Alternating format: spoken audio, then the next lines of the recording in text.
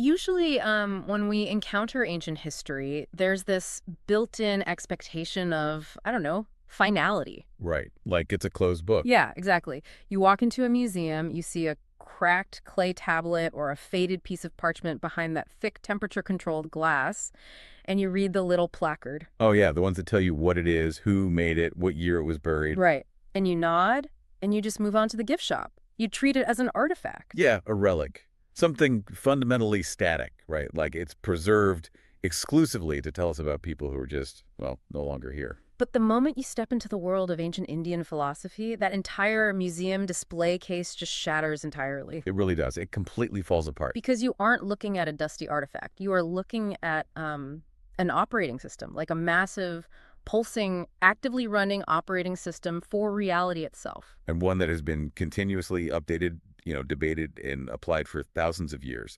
Exactly. And for you, our resident learner, that is the exact architecture we are going to dismantle and examine today in this deep dive. Which is quite the undertaking, honestly. It totally is. We are going on a comprehensive, unhurried exploration of one of the oldest, most foundational, and frankly most fiercely debated schools of thought within Sanātanadharma.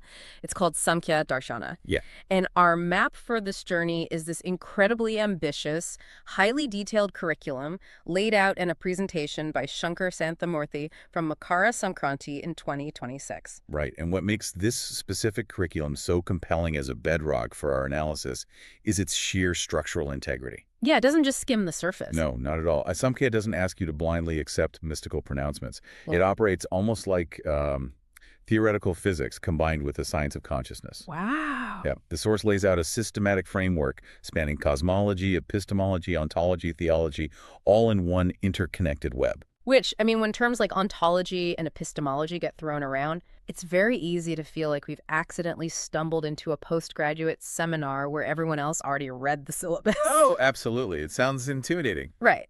So let's make a promise right now. We are not here to drown in academic jargon. We are here to understand the mechanics. Yes. If Samkhya claims to know how the engine of the universe works, we're going to look under the hood. We're going to examine the belts, the gears, and the fuel source. So, okay, let's unpack this. Well, to even locate the engine, we first have to understand the soil this philosophy grew out of. Okay. The source material begins by placing Samkhya very precisely on the historical and intellectual map of India. It categorizes Samkhya under the Vedic philosophies, specifically known as the Astika darshanas. Let's clarify that division for a moment, because within classical Indian philosophy, there's a major fork in the road, right? Between the Astika schools and the Nastika schools. Right. That's the fundamental split.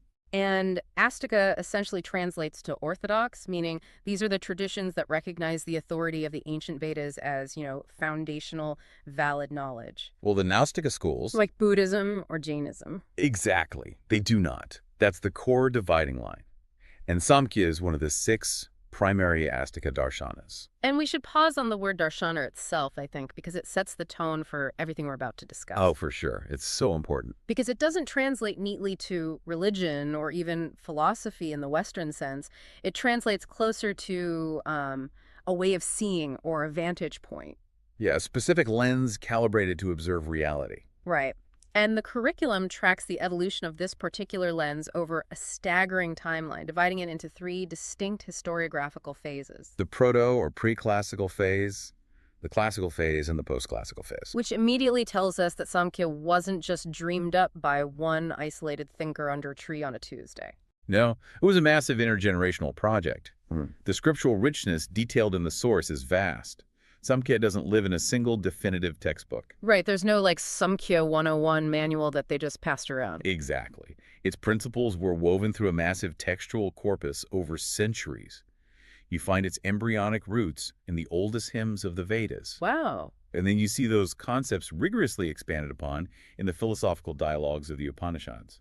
The presentation even highlights how deeply embedded these ideas are in the Itihasas, right? Like the grand historical epics. Yeah, the Mahabharata and the Ramayana. And in the Puranas, too. It's as if the structural logic of Samkhya was the intellectual groundwater of ancient India. I love that analogy, groundwater. Yeah, it just seeped into the soil, feeding the roots of narrative, poetry, debate.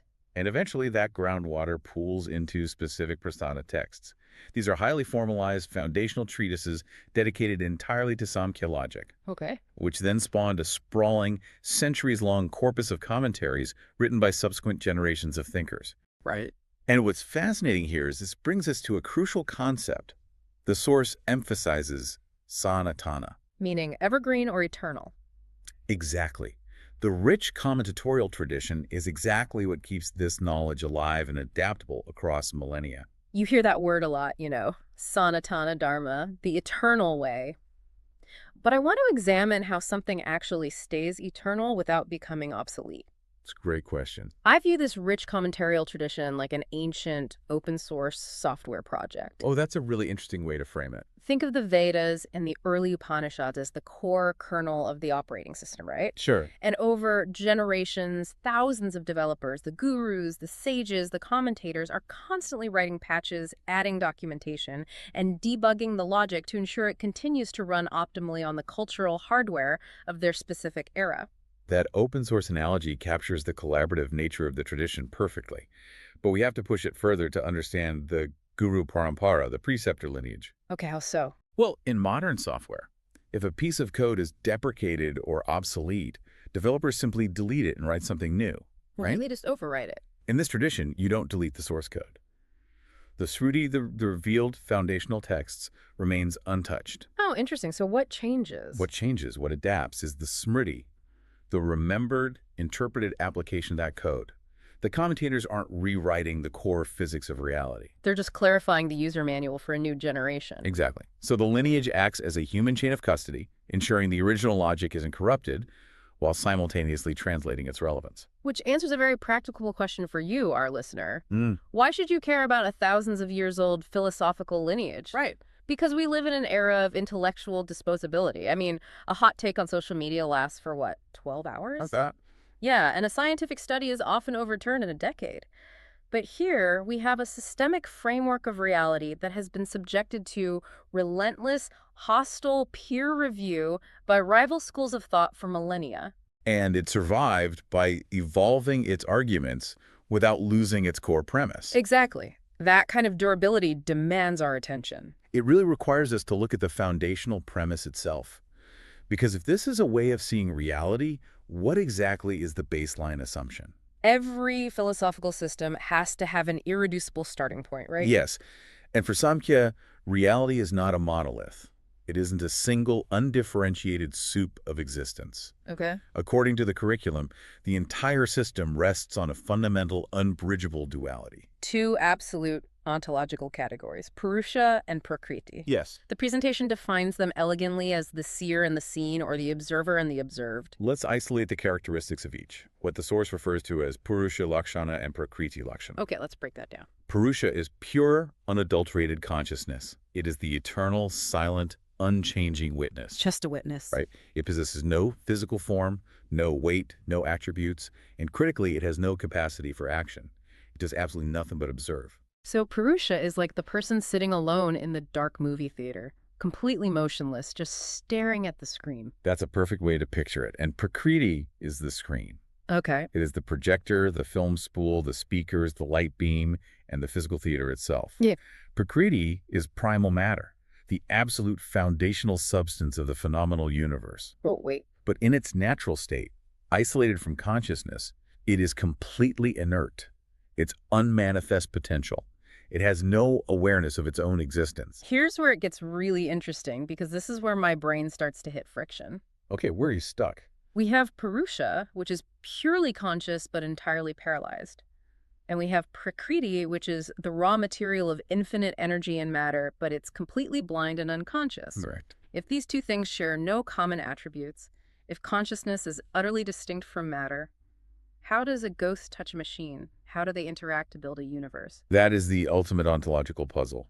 And Samkhya's solution is brilliant. Do they blend together? No, they do not blend. They don't magically merge to create a third substance. The source text describes their interaction as a seamless integration, framing it metaphorically as a cosmic wedlock. A cosmic wedlock. Okay, yes, the parentage of this specific relationship causes the world. The traditional Samkhya analogy is a magnet and a field of iron filings. Oh, okay. The magnet Purusha does not emit a physical arm to move the iron. It just sits there. Yeah. But its mere proximity, its sheer presence as the observer, causes the blind, inert iron filings Prakriti to suddenly organize, magnetize, and spring into dynamic motion. Whoa, so the act of observation forces matter into action. Just by the seer looking, the scene begins to dance. Exactly. The proximity breaks the inertia. So the unmanifest potential of Prakriti suddenly starts churning purely because Purusha is present to witness it. And understanding this specific dynamic, this cosmic wedlock, is the master key to the entire curriculum. Every single phenomenon you experience, from the burning of a star to the complex emotional grief you felt last Tuesday, is the result of this exact relationship. Wait, I need to stop you there. A star burning, sure, that's matter. But my grief, my thoughts, how is that Prakriti?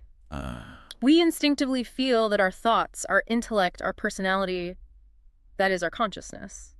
You know, I think, therefore I am. Right, and Samkhya completely dismantling the Cartesian, I think, therefore I am, is arguably its most radical premise. How so? In this system, your mind, your intellect, and your ego are definitively categorized as Prakriti.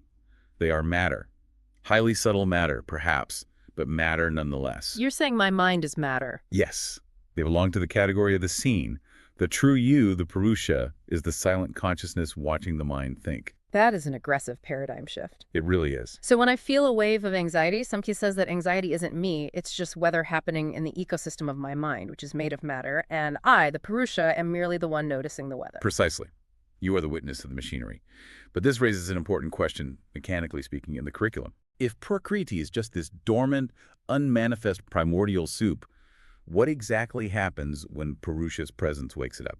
How do we go from a silent, inert potential to the chaotic, hyper-complex universe we actually live in? Right, because we need an engine. We need to know what gears are turning. Exactly. And the source provides the mechanism for this. It introduces Trigunatmika, the three gunas. This is how the unmanifest becomes the manifest.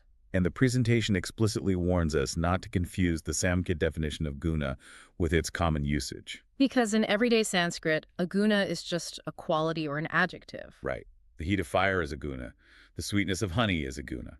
But here, they aren't adjectives, they are nouns. They are structural reality. They are the actual constituent strands that make up the fabric of Prakriti, and there are three of them. Sattva, Rajas, and Tamas. Exactly. Sattva, which represents lightness, illumination, and harmony. Rajas, which represents activity, passion, and kinetic movement. And Tamas, which represents heaviness, inertia, and obscurity. Okay, so how do they interact? Well, when Prakriti is in its unmanifest state, before the universe begins, these three massive forces are locked in a state of absolute perfect equilibrium. They completely cancel each other out. Total zero-sum balance. Exactly. But the moment Purusha, the observer, comes into proximity, that delicate equilibrium is shattered. The three gunas lose their balance and begin to furiously churn, interact, and combine.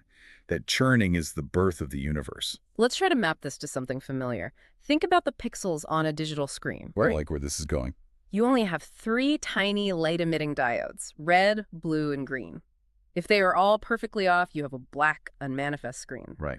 But the moment you introduce power and start varying their intensities, like a heavy spike of red, a subtle wash of blue, a jagged line of green, those three primary colors mix to create every single possible image on the internet. It's a perfect analogy. A hyper-realistic video game, a photograph of a galaxy, a text document, all of it is just the relentless churning of three primary forces.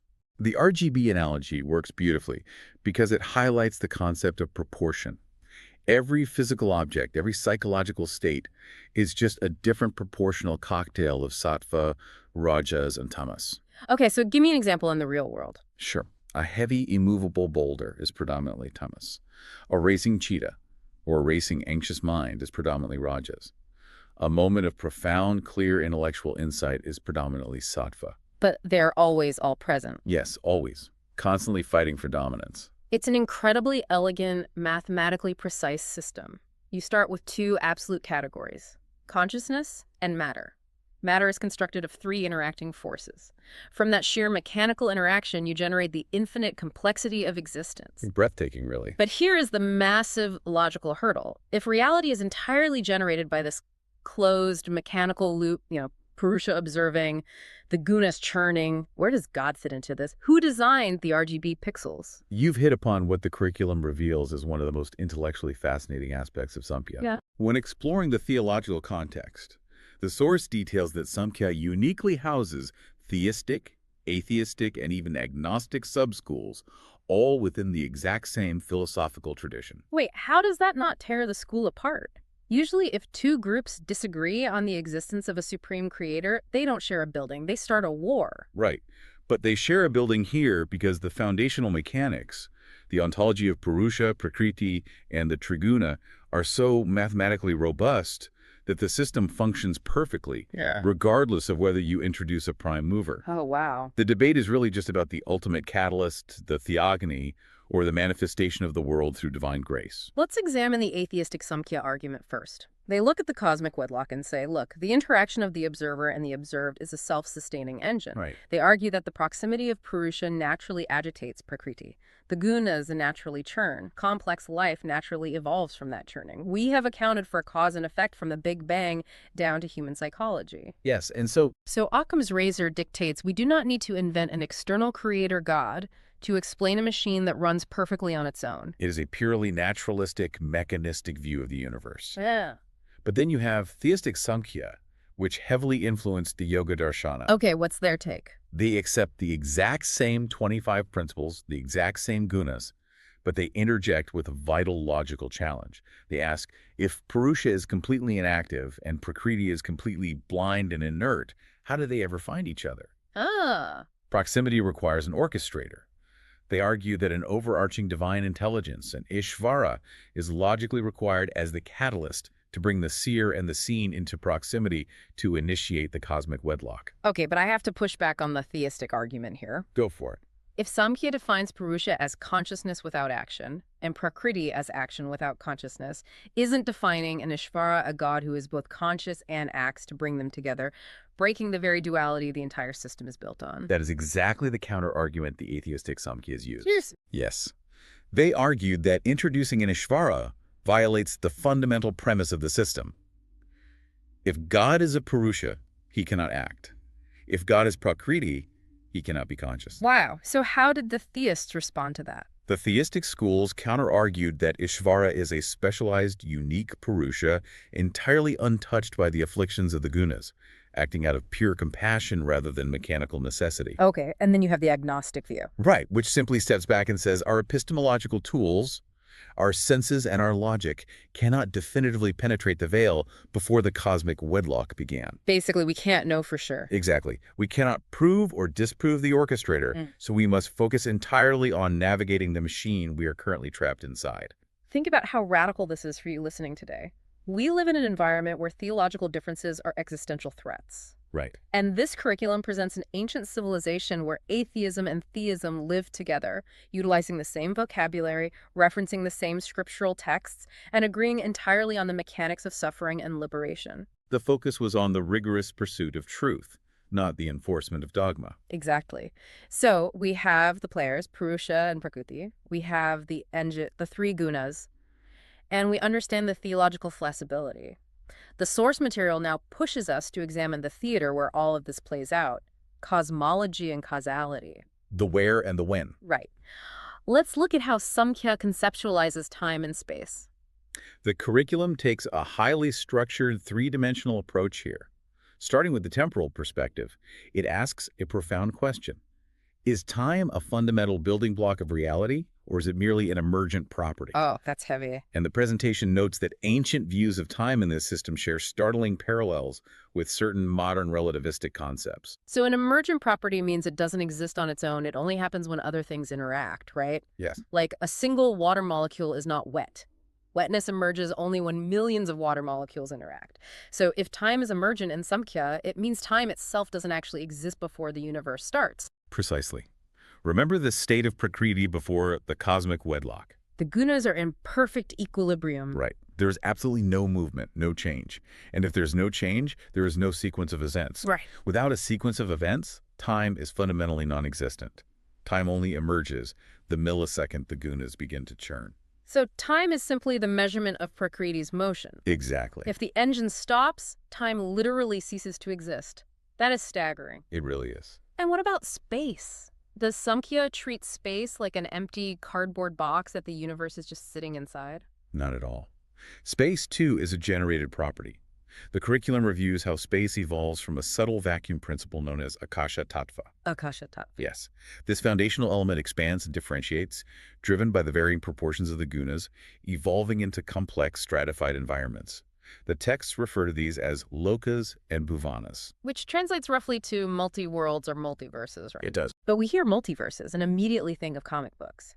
What did the ancient thinkers actually mean by it? Were they talking about parallel physical dimensions? They were talking about planes of existence vibrating at different frequencies based on the dominant guna. A plane dominated heavily by sattva lightness and harmony operates under entirely different spatial and physical rules than a plane dominated by heavy tamas. Okay. So the cosmos is not a single finite sphere.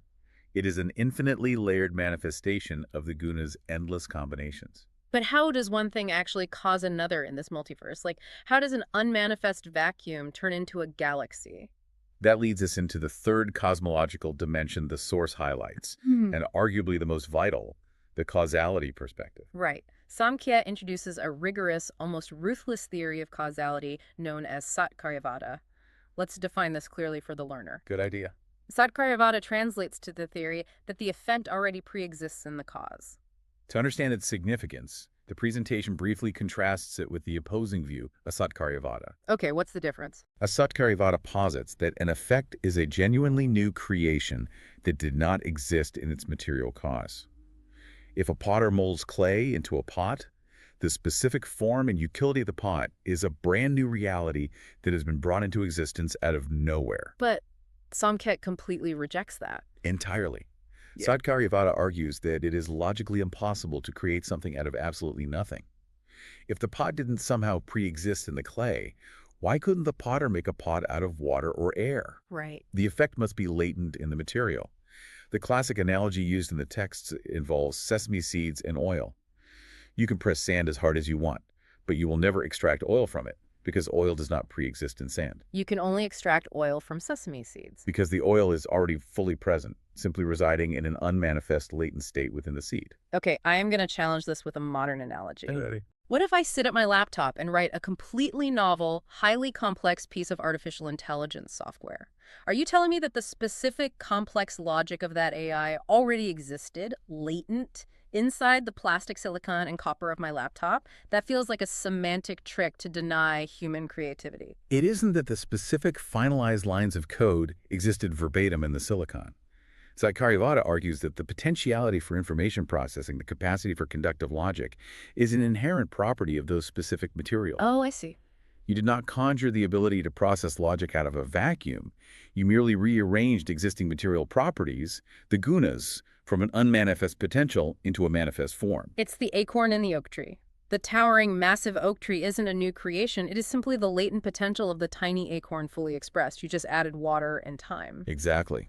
And when you scale Sātkaryavada up to the cosmic level, the implications are profound. It means the entire infinite universe, with all its galaxies, planets, biological life forms, and complex minds, already completely pre-existed in a dormant, unmanifest state within Prakriti. So the birth of the universe wasn't the creation of something out of nothing. It was just the great acorn sprouting. Beautifully put, yes. Because cause and effect unfold in such a deeply predictable, mathematically relentless way, the architects of Samkhya realized they could map it. They could chart every single step from the acorn to the oak tree. And this brings us to the actual etymology of the word Samkhya. Right. The curriculum breaks down the linguistic roots.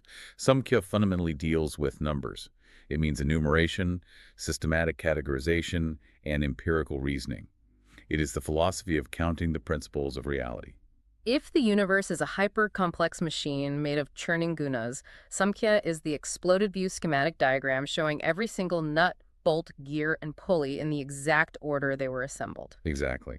And the presentation reviews a few different ontological models of this diagram, mentioning a minimum 24 principle model, a 26 principle model, and what it designates as the classical default, the 25 principle model. Let's walk through this 25 principle map. We need to see how the unmanifest actually builds a human being. We know the first two principles, right? Principle 1 is Purusha, the pure silent consciousness. Yes. Principle 2 is Prakriti, the inert unmanifest matter. The cosmic wedlock happens. What is the very first thing that is born from their interaction? The first evolute, principle 3, is Mahat, which translates to the cosmic intellect or the great principle of intelligence. It is the purest, most sattvic expression of Prakriti. Most luminous. Right. It is the underlying logic and order of the universe. This is where I struggle, though. Usually we think of the ego, the sense of I, as the necessary foundation for intellect. I exist, therefore I can think and understand. But Samkhya says the intellect comes first and the ego comes later. Why? Because Samkhya isn't just describing human psychology. It is describing cosmic physics. Ah, okay. Mahat is the impersonal universal order. Think of gravity or the mathematical laws that govern how molecules bind. That is a form of inherent intelligence in matter. It is universal. It doesn't belong to anyone. The ego, which is principle 4, ahamkara, is the subsequent limitation of that universal intelligence. Oh, ahamkara literally translates to the I maker. Yeah. It is the principle of individuation. Exactly. Ahamkara takes the infinite, boundless intelligence of Mahat and draws a circle around a tiny fraction of it, saying, this part is me, and everything outside the circle is not me. Wow. It is the lens that focuses the infinite light into a localized, separate identity. So we have Purusha at 1, Prakriti at 2, Mahat or intellect at 3, and Ahamkara or ego at 4. What happens once the universe has a sense of ego and separation? From the ego, the evolution violently splits into two parallel tracks based on the gunas. On the tamasic side, the side driven by heaviness and inertia, Ahamkara produces the 5-10 matras, or subtle element. Future. These are the pure, unmixed potentials of sound, touch, form, taste, and smell. Wait, the potential of sound exists before ears exist? Yes, the frequency, the underlying physical reality of vibration, must exist before the biological hardware to decode it evolves. That makes sense. And from those 5 subtle elements, the density increases, finally condensing into the 5 Mahabhutas, the gross physical elements that make up the tangible universe: space, air, fire, water, and earth. So the entire physical universe, stars, mountains, our physical bodies, is at the very bottom of the evolutionary chain. Right. It is the densest, heaviest, most tamasic manifestation of ego.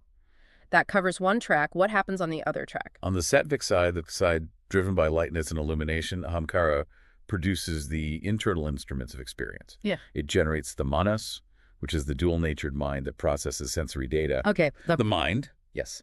And it also generates the 5 senses of perception: hearing, touching, seeing, tasting, smelling, and the 5 organs of action: speech, grasping, walking, excretion, procreation. Let's do the math to ensure the schematic is complete. Purusha and Prakriti, that's 2. Intellect and ego, that's 2. Mind is 1. 5 senses of perception is 5. 5 organs of action is 5. 5 subtle elements is 5. 5 growth elements is 5. That equals 25. That is the complete map of reality. Literally every single thing you can physically interact with, conceptually imagine, or consciously experience falls into one of those 25 buckets. And the curriculum makes a vital note here. Alongside these 25 structural principles, we must also account for bhava, or dispositions. What are those? These are the psychological and moral states: virtue, vice, ignorance, wisdom, attachment, detachment, that color and condition how the mind, the manas, interacts with the world. Okay. The 25 principles are the hardware. The bhavas are the deeply ingrained software habits that dictate how the hardware behaves. Okay, this is a masterclass in cosmic engineering. But for the listener sitting in their car or making dinner right now, why does this matter? Why did ancient sages spend generations meticulously categorizing 25 distinct principles of reality? Because if you are trapped in a labyrinth, the only way out is to have a perfect scaled map of the walls. We are currently living our lives almost entirely at the very bottom of this map. They're known in the gross elements. Exactly. We are completely absorbed in the 5 gross elements: our physical bodies and environment, and our 5 senses. We are reacting blandly to the noise. By memorizing this precise map, a practitioner can begin the process of involution. Involution, tracing the steps backward. Yes. You use the intellect to systematically dismantle your identification with the lower principles. You realize, I am not this physical pain because the body is just gross elements. Yeah. You pull back. I am not these racing thoughts because the mind is just a sensory processor. You pull back further. Right. I am not even this localized ego because ahamkara is just a localized fragment of the cosmic intellect. You relentlessly trace the chain of causality backward, pulling your awareness up the ladder until you finally reach the absolute top. Until you arrive at the realization that you are solely Purusha, the untouched, unblemished observer. Precisely. But how do we know this map isn't just a beautiful fiction? This brings us to the final major section of Santhamurthy's curriculum. We transition from ontology mapping what exists to epistemology, proving how we know it exists. And Samkhya is notoriously strict about epistemology. It demands proof. The system outlines 3 accepted pramanas, or valid sources of knowledge, that act as the gatekeepers for what is considered true. The 3 pramanas, pratyaksha, anumana, and shabda. Let's pressure test them. The first is pratyaksha, direct sensory perception. Knowledge gained immediately through the 5 senses. If I touch a stove and it burns my hand, I have valid knowledge that the stove is hot.